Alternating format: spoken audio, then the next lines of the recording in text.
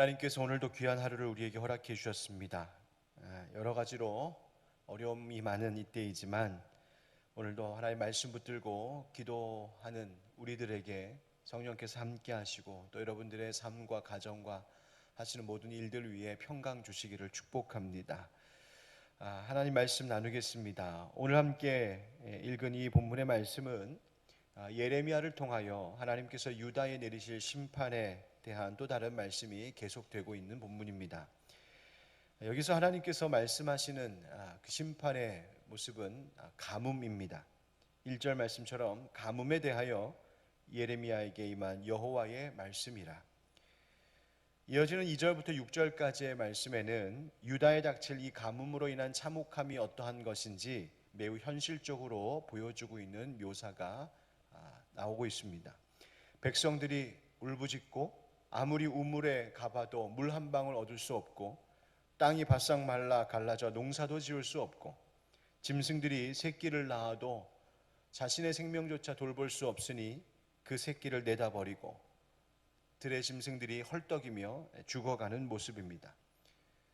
말씀 9절 가운데 머리를 가린다라고 하는 표현이 나오는데 그 말은 이런 일들을 당하는 사람들이 스스로 부끄럽고 근심하며 슬퍼한다라고 하는 행위적 표현입니다.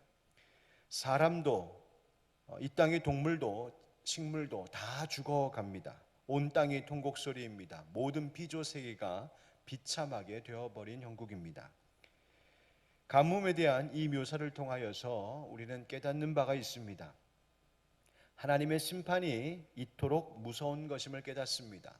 또 사람도 동식물도 이 땅의 그 모든 것도 하나님께서 생명을 허락하지 않으시면 우리가 그것을 누릴 수 없음을 깨닫게 됩니다. 우리가 지금도 살아갈 수 있는 것, 그것은 전부가 하나님께서 허락하신 은혜 때문이라는 사실을 깨닫습니다. 여러분, 우리는 하나님께서 허락하지 않으시면 아무리 우물가에 가봐야 물 한 방울 얻을 수 없는 것이 사람입니다. 육신의 생명 유지하는 것에 대하여만이 아니라 영적으로도 마찬가지입니다. 하나님께서 우리 영혼을 돌보지 않으시면 우리는 영적으로도 평안을 누릴 수 없습니다. 이 새벽 시간에도 하나님께서 말씀 주시지 않으신다면 우리가 어떻게 하나님의 말씀을 듣고 그 뜻과 진리를 깨달아 알 수 있겠습니까? 모든 것이 다 하나님께서 우리에게 베풀어 주시는 은혜입니다. 그렇기 때문에 하나님 앞에서 우리는 겸손해야 하고 지금도 나에게 허락하고 계신 그 모든 것들을 바라볼 때에 또 내게 필요하여 주어진 모든 것들에 대하여 다 하나님 내게 주신 은혜임을 알고 겸손하며 감사해야 하는 것입니다. 이와 같은 상황을 보자 예레미야는 백성들의 심정과 도우시기를 간절히 구하는 마음으로 하나님 앞에 이렇게 아뢰이기 시작합니다. 백성들이 뭐라고 말했냐면 7절부터 9절까지의 말씀이 바로 그것인데요. 7절에 여호와여 우리의 죄악이 우리에게 대하여 증언할지라도 주는 주의 이름을 위하여 일하소서. 우리의 타락함이 많으니이다. 우리가 주께 범죄하였나이다. 백성들이 먼저 죄를 고백합니다. 그리고 주의 이름을 위하여 일해 주십시오. 즉 주님의 이름을 위하여라고 하는 말은 하나님의 영광 위하여 사랑의 하나님이시라는 그 명예가 훼손되지 않도록 하나님 저희에게 자비를 베풀어 주십시오. 그런 말이 될 겁니다. 8절 말씀에도 이렇습니다. 이스라엘의 소망이시오 고난당한 때의 구원자이시오 어찌하여 이 땅에서 거류하는 자같이 하룻밤을 유숙하는 나그네같이 하시나이까. 여러분 이 말씀 무슨 말입니까? 하나님이 지금 어떻다고 말씀하시는 걸까요? 하나님은 분명 우리에게 소망이신데 하나님 우리의 구원자이신데 왜 거류하는 자처럼 나그네처럼 그렇게 하고 계십니까? 라고 묻는 겁니다. 무슨 뜻입니까? 나그네는 어느 곳에 있다가도 그냥 하루 묵고 다음 날이 되면 이내 그냥 떠나가 버립니다. 마치 그런 나그네의 모습처럼 하나님 왜 우리와 계속 함께 하시면서 우리를 돌보지 않으십니까? 사랑도 정도 없으신 분처럼 하나님 왜 나그네처럼 그렇게 우리를 수수방관 구경만 하고 계십니까? 라고 묻고 있는 겁니다. 9절 말씀에도 어찌하여 놀란 자 같으시며 구원하지 못하는 용사 같으시니까 여호와여, 주는 그래도 우리 가운데 계시고 우리는 주의 이름으로 일컬음을 받는 자이오니 우리를 버리지 마옵소서. 백성들이 뭐라고 말하냐면, 하나님 지금 구원할 힘이 하나도 없는 무력한 용사와 같이 우리를 도와주시지 않고 그렇게 보고만 계십니까? 하나님이 강하신 능력의 하나님이실 텐데 왜 아무 힘도 없는 분처럼 그렇게 가만히 계십니까? 우리를 정말 버리시려는 겁니까? 두려움과 슬픔 속에서 탄원하고 있는 겁니다. 백성들의 이 유다 백성들의 탄원의 소리를 들어보면 꼭 우리들 목소리 같지 않습니까? 세상이 하는 소리 같습니다. 하나님 사랑이시라면서요. 그런데 왜 세상에 이와 같은 고통들이 계속 있는 겁니까? 하나님 전능하신 분이신데 왜 저희를 회복시켜 주고 계시지 않습니까? 코로나 때문에 온 나라와 교회가 어려움에 빠져 있고 또 이런 일 저런 일로 개인적으로 가정적으로 삶이 너무나 힘든데 이 세상이 이처럼 지금 보시는 것처럼 이렇게 고통 가운데 있는데 왜 하나님은 나그네처럼, 왜 하나님은 다 힘 빠진 용사처럼 그렇게 우리를 보고만 계십니까? 꼭 우리가 하는 소리입니다. 세상 사람들 하는 소리입니다. 이에 대하여 하나님께서 뭐라고 대답하셨을까요? 10절 말씀입니다. 여호와께서 이 백성에 대하여 이와 같이 말씀하시되 그들이 어그러진 길을 사랑하여 그들의 발을 멈추지 아니하므로 여호와께서 그들을 받지 아니하고 이제 그들의 죄를 기억하시고 그 죄를 벌하시리라 하시고. 아멘. 여러분, 하나님께서 지금 뭐라고 하신 겁니까? 내가 너희를 위해 아무것도 하지 않고 그냥 가버리는 나그네 같다고 말하느냐? 오히려 반대 아니냐? 너희가 나 여호와 하나님께 붙어 있지 못하고 너희가 오히려 떠돌아다니는 나그네처럼 나 여호와 하나님을 사랑하며 그냥 나와 항상 함께 곁에 붙어 있지 못하고 늘 떠나가 버리고 늘 그 악한 길로 가버리는 발을 멈추지 않았던 것, 진짜 방황하는 나그네 같은 모습을 보였던 것은 내가 아니고 너희가 아니었느냐고 하나님께서 되물으시며 책망하고 계신 겁니다. 그래서 하나님께서는 예레미야야, 더 이상 저 유다 백성들을 위해서 기도하지 말아라. 아무리 저들이 금식하며 기도한다 한들, 저들이 온갖 제사를 다 드리고 구하여도 내가 유다 백성을 심판하고자 하는 이 내 마음은 변하지 않을 것이다. 12절 말씀처럼 칼과 기근과 전염병으로 내가 그들을 멸하리라 하나님 단호하게 말씀하십니다. 그러자 예레미야는 다시 하나님 앞에 또 묻습니다. 13절 말씀이 하나님, 다른 선지자들은 그렇게 말하지 않습니다. 다른 선지자들은 칼도 없고 기근도 없을 것이라고 합니다. 하나님께서 평강 주실 것이라고 합니다. 그런데 하나님, 왜 나만 이토록 유다 백성들을 향하여서 이 가뭄에 대하여 선포해야 되고 하나님의 심판에 대하여서 제가 말해야 됩니까? 하나님, 뭐가 잘못된 겁니까?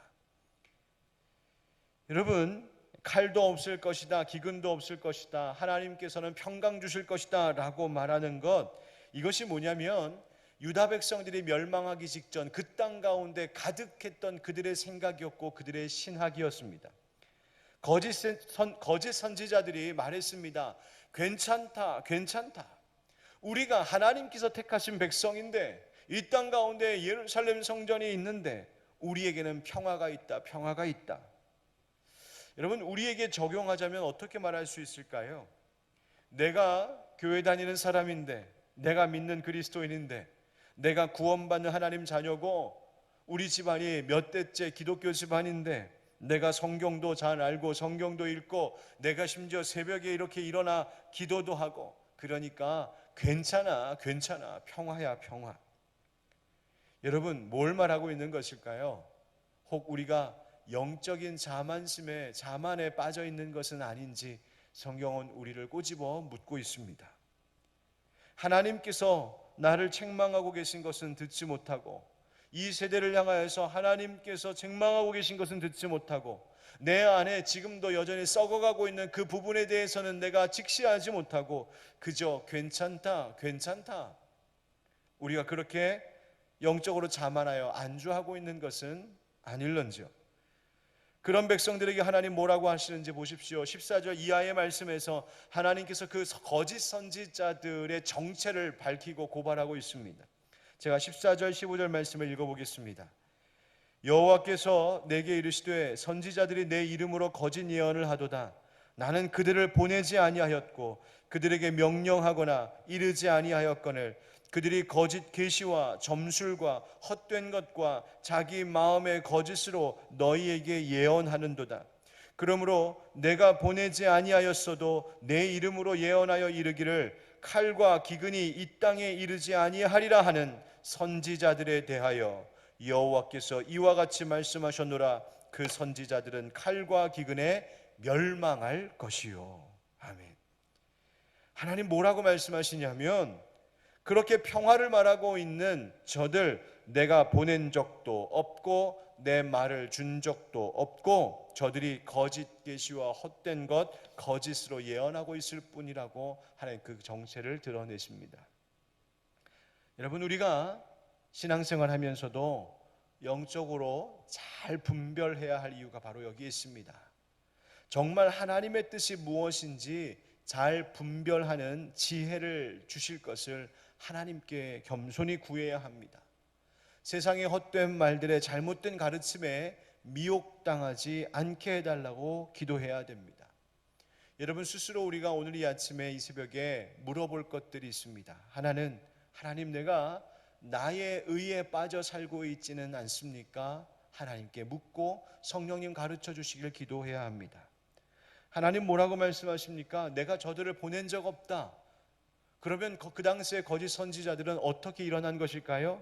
자기 스스로 선지자를 자처하고 일어선 것입니다. 자기 의의 문제였습니다. 자기를 내세우고 자기를 섬기고 자기 우상화에 빠져 있는 것이죠. 내가 옳다는 생각을 버리지 않으면 하나님의 생각이 우리 가운데 들어올 틈이 없습니다. 내 말이 맞다라고 하는 고집 꺾지 않으면 하나님의 말씀은 더 이상 들려오지 않는 법입니다. 날마다 나의 의를 내려놓고 날마다 나를 부수지 않으면, 나를 꺾지 않으면 안 됩니다. 나를 내려놓지 않으면 우리는 날마다 한순간에 그 죄악 가운데 빠져들 수 있습니다. 또 우리가 질문해야 될 것이 무엇이냐면 과연 누가 나의 주인인가, 나의 왕이 누구인가 스스로 물어봐야 합니다. 누가 명령하는 자이고 누가 순종하는 자인가? 여러분 우리는 하나님 말씀 듣는 자입니다. 하나님의 명령에 순종해야 될 자가 우리입니다. 그런데 우리는 우리를 낮추어 하나님의 말씀을 듣고 그 앞에 나를 버리는 것에 대해서 때로는 불편하게 여깁니다. 하나님께서 성경의 말씀을 통하여 강단에서 선포되는 말씀 통하여 개인적인 묵상을 통하여 혹은 주변의 다른 사람들을 통하여 나에게 알려주시고 깨닫게 하시고 들려주시는 하나님의 말씀 때문에 때로는 내가 버리고 나를 부수고 나를 낮추어야 하는데 그것에 대하여 불편하게 여기기도 합니다. 그냥 편하고 싶고 내가 잘하고 있다고만 칭찬받고 싶고 그래서 내가 꽤나 괜찮은 신앙인처럼 생각할 수 있는 것, 여러분 그것에 대해서 우리가 익숙해져 있지는 않습니까? 아닙니다. 하나님이 주인이시고 우리는 그분 앞에 엎드려야 할 종입니다. 그래서 나를 낮춰야 한다는 것입니다. 여러분 이와 더불어 우리가 항상 우리 스스로 물어야 할 것이 무엇일까요? 그것은 그렇기 때문에 하나님과의 친밀한 관계를 내가 잘 유지하고 있는가입니다. 내가 정말 하나님의 말씀을 바르게 듣고 있는가? 아니면 하나님의 말씀 성경을 읽는다 듣는다 하면서도 여전히 내 속의 말, 내 감정의 말, 내 경험의 말, 나의 인간적인 욕망으로부터 나오는 내 속에 있는 말에만 나를 귀 기울이고 있는가? 우린 조심히 우리 자신을 살펴야 합니다. 여러분 양은 목자의 음성을 알아듣는다 했습니다. 하나님과 친밀한 관계 가운데 있을 때 하나님의 음성이 들려옵니다. 세상과 친밀하고 내 육신의 욕망과 친밀할 때 그저 그 소리만 들려올 뿐입니다. 사랑하는 우리 형제 자매 여러분, 이 새벽에도 일어나 하나님의 말씀 앞에 또 엎드리는 성도 여러분, 하나님과 친밀한 관계를 잘 유지하며 오늘도 하나님이 주시는 말씀, 오늘도 하나님께서 내게 깨닫게 하신 것을 잘 듣고 그 앞에 겸손히 엎드리는 우리가 되기를 바랍니다.